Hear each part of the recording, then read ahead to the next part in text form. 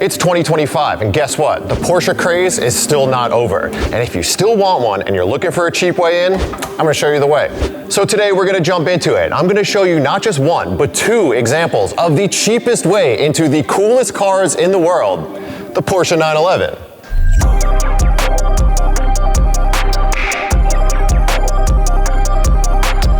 It's the car everyone icked and oohed. It's the vehicular version of liking someone for what's on the inside.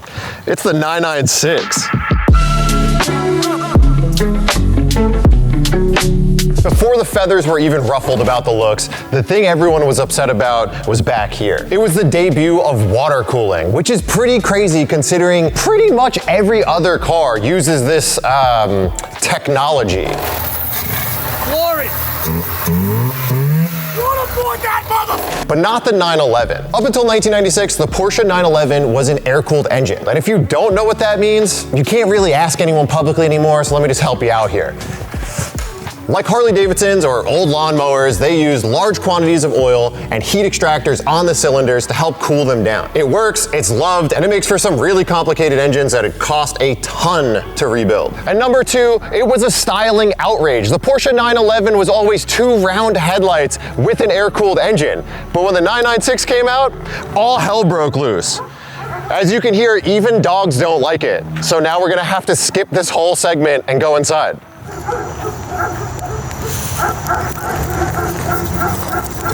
Literally, when the 996 pulled up, these dogs started howling.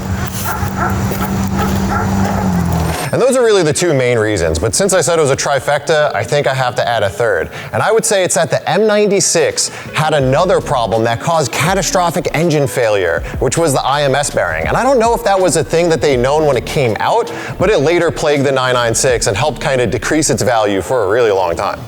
Despite being universally unloved, Porsche made a lot of these things, almost 200,000 worldwide. Some say it's because of the dot-com bubble, but you know what that means for you? They're probably gonna stay cheap for a long time because a surplus of cars levels out the demand, which should keep prices down.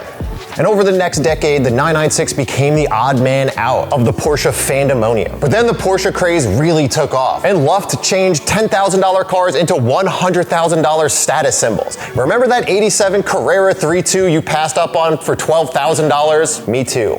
But now that car is 80 grand. So what are you gonna do? And just as the hype was settling and we thought Porsche prices were gonna come back down to reality, boom, the pandemic hits and prices absolutely soar. So if you ever thought you were gonna own a 964 turbo, kiss those plans goodbye because they're never coming back to this stratosphere. But hey, now every artist and creative with mystery income owns an air-cooled Porsche. So it's time to be unique and different and show people that you care about what's on the inside. So maybe it's time to check out a 996. But right about now, you're probably over listening to me talk. So let's go look at some cars.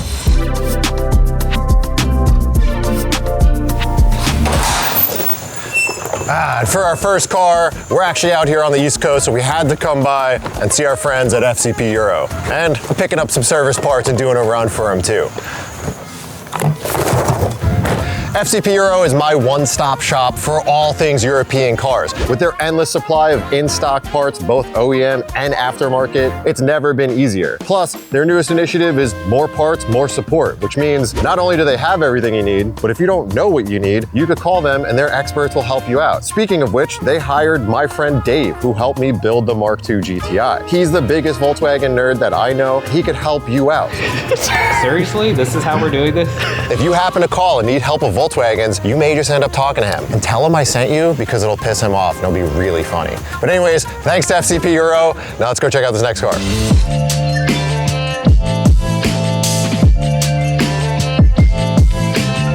So the great thing about the 996 is that there is a ton of aftermarket and there's a lot of cars to be available. If you're thinking about stats, it's got 320 horsepower, 270 foot-pounds of torque, and it weighs in just around 3,100 pounds. So it's a great base to build a car off of, and I have a perfect example of that today. It's someone you might know, but not for Porsches.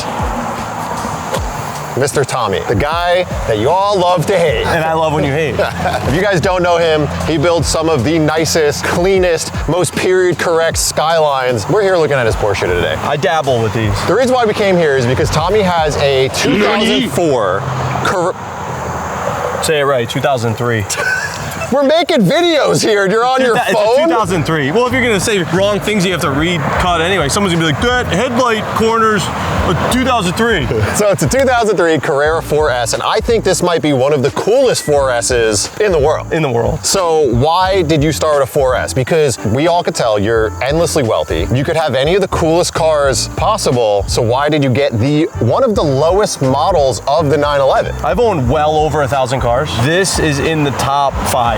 Wow, bold. Top 5. Everything I did what I wanted it to. Have you ever like modded a car and you're like, you have these visions and you're like, it's gonna do this, it's gonna do that? Yes. I know you have. Yeah, and then you end up and you finish it and you're like, this kind of it didn't sucks. do any of that Yeah. stuff. No, this did everything. So this started off as a pretty stock. Had an exhaust and some lowering springs maybe. And C4S. for you guys who don't know, the Generation 2 C4S was a really interesting car because it was wide body. It came with some bespoke bodywork like front bumper, rear taillight. Obviously by the name, it was all-wheel drive. Yeah, so they called these like turbo look. Yeah. You know, you remember that with the 993? That's what they did with this. So it's basically a turbo, just not the drivetrain. It has everything, same brakes, like all that stuff's the same. I removed the all-wheel drive, which weirdly didn't save that much weight. No? It's only like 80 pounds. So one of the things that gave the 996 a bad reputation as it aged was this engine, the M96, because The IMS bearing. so it has a part in the engine that could fail and blow up your motor. It's pretty easily remedied by just pulling the transmission and changing the IMS, but what have you done on it? I didn't do that. You're just leaving it. Yeah, I think it's fake. A lot of people say that if you drive your car, you'll never have a problem I think with the it. only reason that this car survived is because of how I drive it. I beat the ever-loving out of it. And when I was younger, I went to the track and I saw a bunch of dudes with Caymans, Boxsters, and 996s, all same engine, and they said that if you drive the M96, you will never need an IMS bearing. So it's one of those things that I think the internet might have blown out of proportion, but it's why these cars stayed kind of cheap, because they were like, they're ugly and the engine blows Well, up. it's the same with like bore score. How many people you know that actually got bore score? None. Outside of 05. None. Like 05 was kind of spicy, but Yeah, well, other than this that, car has like 115,000 miles on it. I got it with like 86 or something. Yeah. And it just redlined every year since then. and what's done to it performance-wise? Oh, it just has an intake that I bought a whole other car to get the pedals, and it had this intake and these mufflers, which are factory baffled mufflers. So they like have the button to, you know, make it louder. Sick. They default to loud. Well, I think my favorite thing about this car, and obviously what stands out the most, is the chassis setup. So you said that this car is actually two-wheel drive converted. Yeah, I pulled the front stuff out, put a GT3 knuckles with the brakes. Actually, it has nitrons.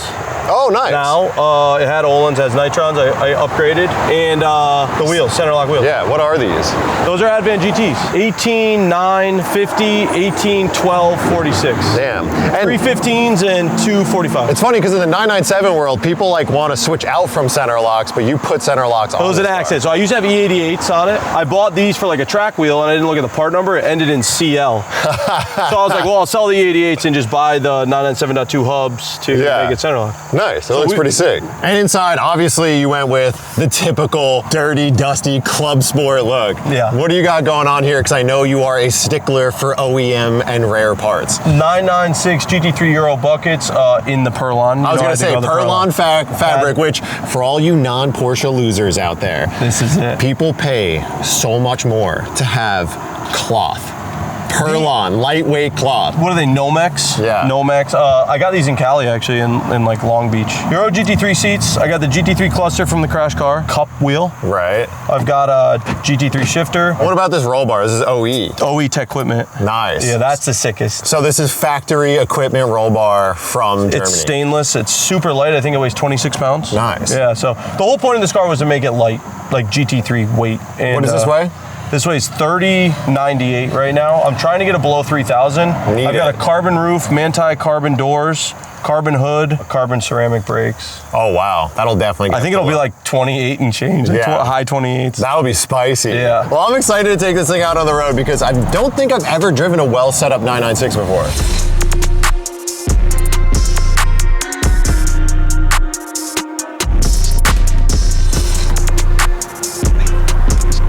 Oh, 996 Club Sport. Did I do it right? Yeah, you did good. This is first time on YouTube, guys. Yeah. Just like the 997 GT3, the clutch is super heavy, For but no not reason. grabby. For no reason. Well, I really like the Porsche clutches because they're heavy, so they feel like really assertive, but they're not like a twitchy clutch that's hard to drive. Have you done like a lightweight flywheel and stuff? I have. Oh, Rev it this right thing to sounds 72. sick. Yeah, it sounds. No, we'll let it warm up. I'm not a savage like you. No, just go. It's warming up. Wow, this thing sounds great. Right off the bat, car feels really good, sounds great. Shifter feels awesome. Yeah. Really assertive. The newer cars, like after, let's call it like 2015, shifters just kind of like throw into gear. Yeah, but sure. These cars, you really have to like muscle them through the gates and stuff, which Yeah. feels sick.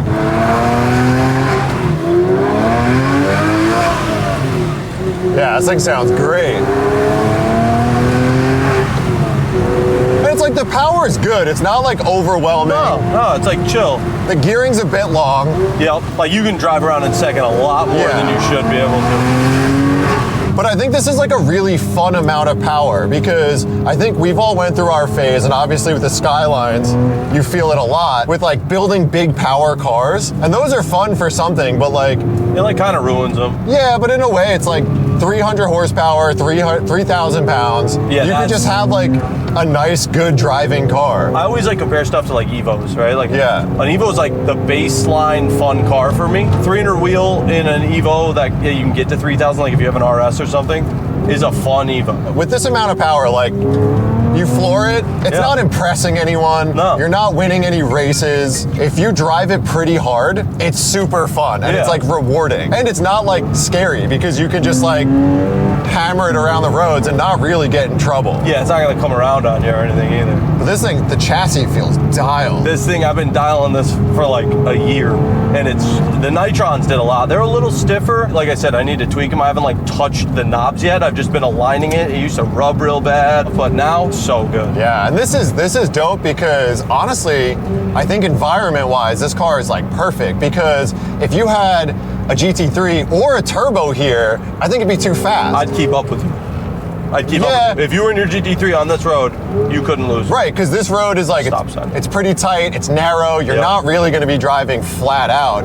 And if you are, you could drive this 10 tenths, whereas a GT3 or a turbo, you'd be driving like 5. So where I live, it's like, It's plenty quick. yeah. Love it. Dude, yeah, this thing is great.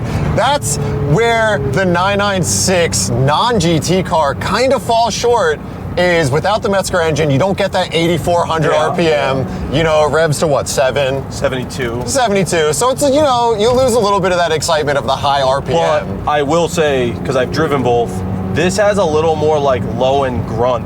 Right, Like, because it's when just you a build a little- high RPM, high power motor, You like it's all sacrifice gonna, somewhere. Yeah. Every car is gonna have like a 4,000 RPM power band, and wherever you move it is where it is. You know. Dude, the steering feel on this car is incredible. Yeah.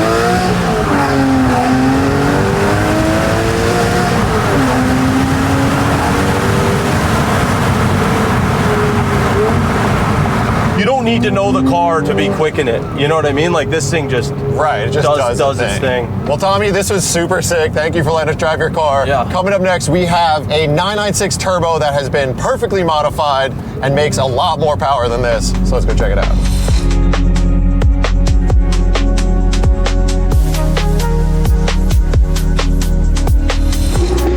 So here we are at the top dog of the 996 category. And yeah, we're not talking GT cars because the GT2 and the GT3 have already jumped the shark on prices, and finding one for under $100,000 is impossible. But here is the 996 Turbo. This is a good car. And sure, there are outliers out there of 3-mile collector cars going for 6 figures, but you don't want that. I don't want that. I really don't know who wants those cars. But we're talking driver mileage cars. Good examples of 996 turbos. $50,000 to $75,000 gets you an incredible amount of vehicle for the price, especially when we're talking Porsches. If you're talking like 60K, you could get a 1980 911 SC air-cooled car. They make 180 horsepower. They do 0 to 60 in over 6 seconds. And they have an engine that'll cost you $40,000 to rebuild. Or you could buy this.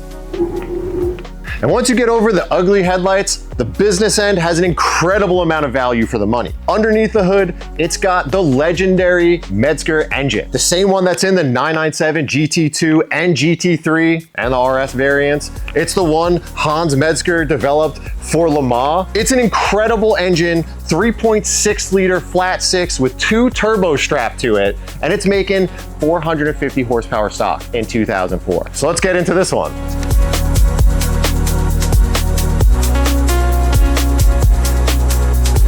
And this one right here belongs to a good friend of mine and someone you probably know, Mr. Larry Chen. You've had this car for a long time now. Yes, bought this in 2014. It's my first Porsche and only Porsche. This was my poster car. Yeah, oh, okay. So these weren't a problem for you. It was of my era, you know? Yeah. Like I didn't know anything different, I guess. I didn't know better. Yeah. I didn't know that, oh, hey, the 964, the 993 or whatever. Like, Right, I didn't know all about that. Yeah. I just knew that this was the newest one and there's no way I could afford it at the time, right? So And what did you pay for this car 14 years ago? $35,000. $35,000 for a 6-speed manual X50 Yes. 996 turbo. But it was something that I've always wanted, and I've just been massaging it ever since. First day I started working on it, pull out the radio, and there's like a big weed nugget that was just Hell yeah. lodged in the CD player. This is my interpretation of like a cross between the GT2 996 as well as the Roof Turbo R. A lot of these cars serve as a great platform to build into whatever you want. I think you've done a great job here with building this car as like a mature adult. Like you didn't throw the parts catalog at it. You took it slow and did it strategically over time. So let's take a walk through it. What do you got? The latest is the GT2 front end. This is kind of like my last thing that I needed to do to get it to this point. So aggressive, like flatter in the front, lower front splitter. This is my favorite part. Yeah. Functional vents. I feel like it just completes the front end so much better. So you could see the CSF heat exchangers. Yeah. We changed to all CSF stuff, really just to keep this cool as possible. Yeah. Other than that, it's just PPF'd in the front. The paint is all original here. HRE 305M wheels. I really got inspiration from that roof look.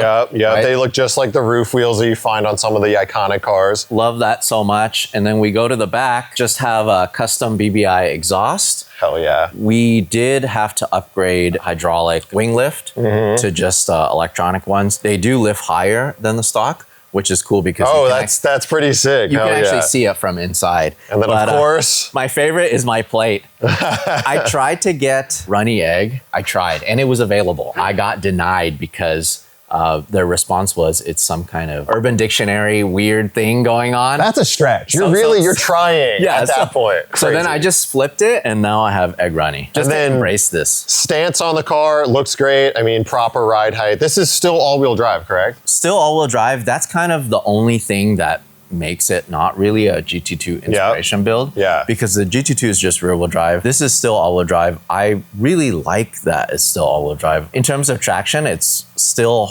hard to get traction in this thing, especially in first gear. So it's kind of nice when all 4 wheels are spinning. The reason why I like this car is because once you got to the 991, you couldn't really see anything under the hood at all. Like you have to put it in service mode, you have to take the bumper off, all that. The 997 is the last one that you can actually work on your own car. And this is a legendary engine. It's a 3.6 liter Metzger flat six with twin turbos. And the X50 came with bigger turbos and made 450 horsepower stock, which is crazy. Like my car is a 2010 GT3 RS. Their top of the line model, granted NA, that made 450 horsepower. But how many years ago was this? Almost 10 years earlier. Making the same power is awesome. So this is a 2003 X50. So it came with the bigger turbos, came with the better intercoolers, and we just massaged it a little bit, right? So it makes a little over 450 wheel now. Perfect. Just great street horsepower. Right. Yeah. Exactly. Nothing too crazy because I know you can make a lot of power in these, but it's not really usable. I love flooring it. I love using this as my Canyon carver. This is like Club Sport inspired. I really wanted to update the interior. This was the part that was really the most rough on the car when I picked it up. There were scratches everywhere. As you probably remember, a lot of this era car has sticky buttons, sticky everything. I got a brand new center console. I dyed this black myself. Hell yeah. I dyed a lot of the plastic pieces myself too. Nice. Just to get it back to that color. And then I love the CAE shifter. Not only do they feel great driving it, but like it has so much interior presence when you see it. Yeah, this is something that is so much fun to drive. It's just really fun to row through the gears in this. The throw is so much better. It's so much tighter. But one of the things I really like about the 996 is that you can have that one-piece dash feel. Whole open dash, you delete the lower panel and everything. It's just like the 993 and the 964. Unfortunately, you can't do this on the 997, but that's what I like about the 996. Yeah. What's crazy is the leather under here is finished. It's almost like it was made for this. Oh, interesting. So you get this delete piece, and then it's this carpeted piece that matches your carpet, and they even include like this small little plastic piece, so you can have a lot more legroom. Yeah. And I just like the look, so just went with like a old school Continental radio. It's not really for listening to music or anything. It's just to fill this space. Yeah. I like this look a lot. And then you're skipping over what I think is the most interesting portion is these alien head seats that I think have always looked so interesting. Back in the day, people were putting these in all sorts of cars, but have since become pretty hard to get. It's funny because there's a couple pieces that I'm really proud of, the seats being one of them. And what are these? These are Euro spec GT3 seats, right? Yeah, GT3 Recaros, $2,800. Now they're so much more expensive. That's but crazy. What's crazy is at the time, I was like, I gotta get a steering wheel to match the seats. This was, at the time, my most expensive car part ever. I paid $2,800 for a GT3. What? I know, for a GT3 RS steering wheel. And now you have, a hood prop on a car that's about the same price. But now I look at it and I know these steering wheels are so much more. Like keeping this a perfectly nice street car is awesome. So I want to get this thing out on the road and see how it is. Let's do it. Ooh. These are nice. Wow, it sounds so sick. I love it.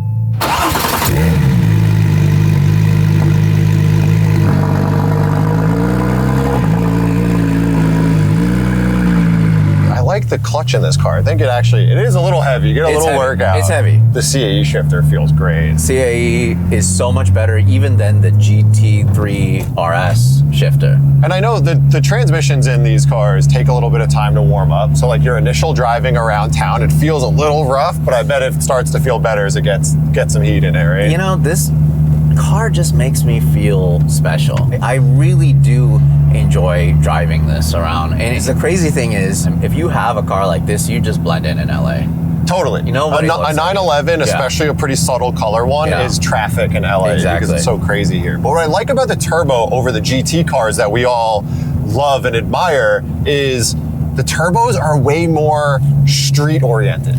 I love driving this because the turbo lag is something that I actually really enjoy. It's charming. I like it. It feels old in a good way. It feels so good. I think that the turbos are a little bit more refined.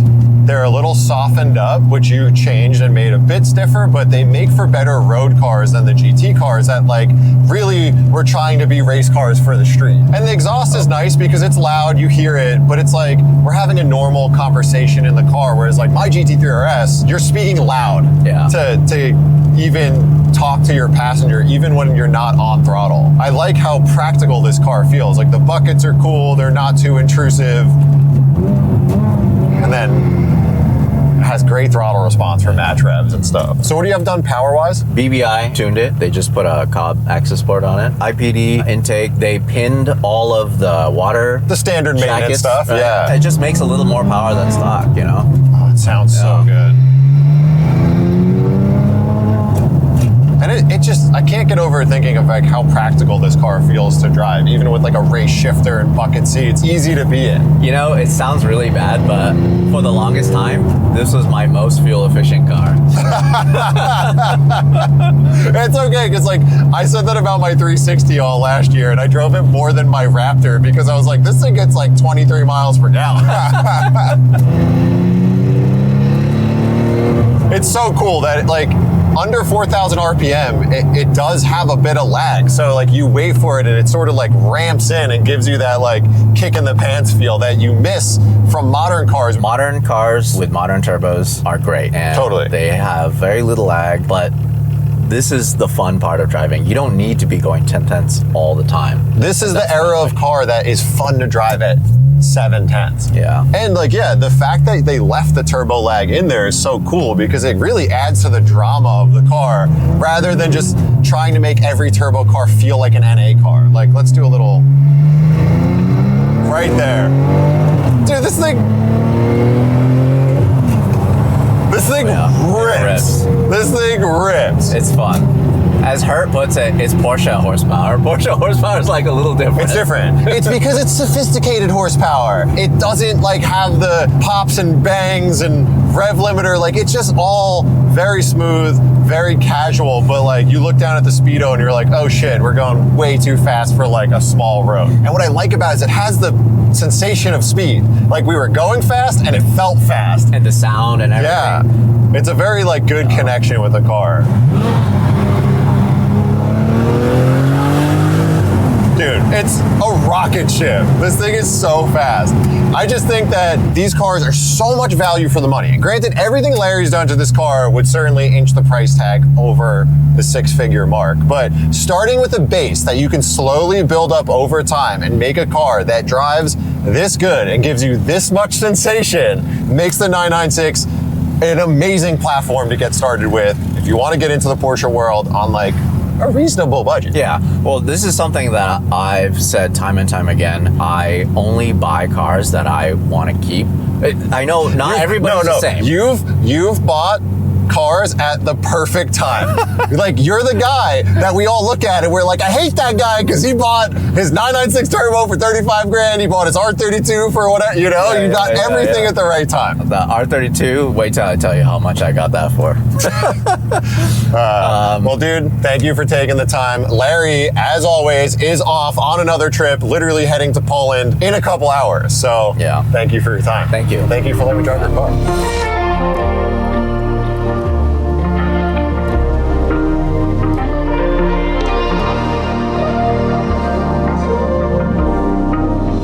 So in my opinion, the 996 is an amazing bang for your buck. Whether you want to go with a lower price C2 or C4S, or you want to jump into the next bracket of a turbo, I think it's really hard to beat that if you want to get into the 911 world. And right now, prices have gone up from what they were, but you know what? They're still really good deals for great platforms to build a fun car. And I think in 10 years, people are going to look back and kick themselves for not buying the 996 when they could have. So what do you guys think? Would you get a 996, or is it better to just get something else? Because honestly, a lot of people think the Porsche world is just too expensive now to get into it, and there's better cars for the money.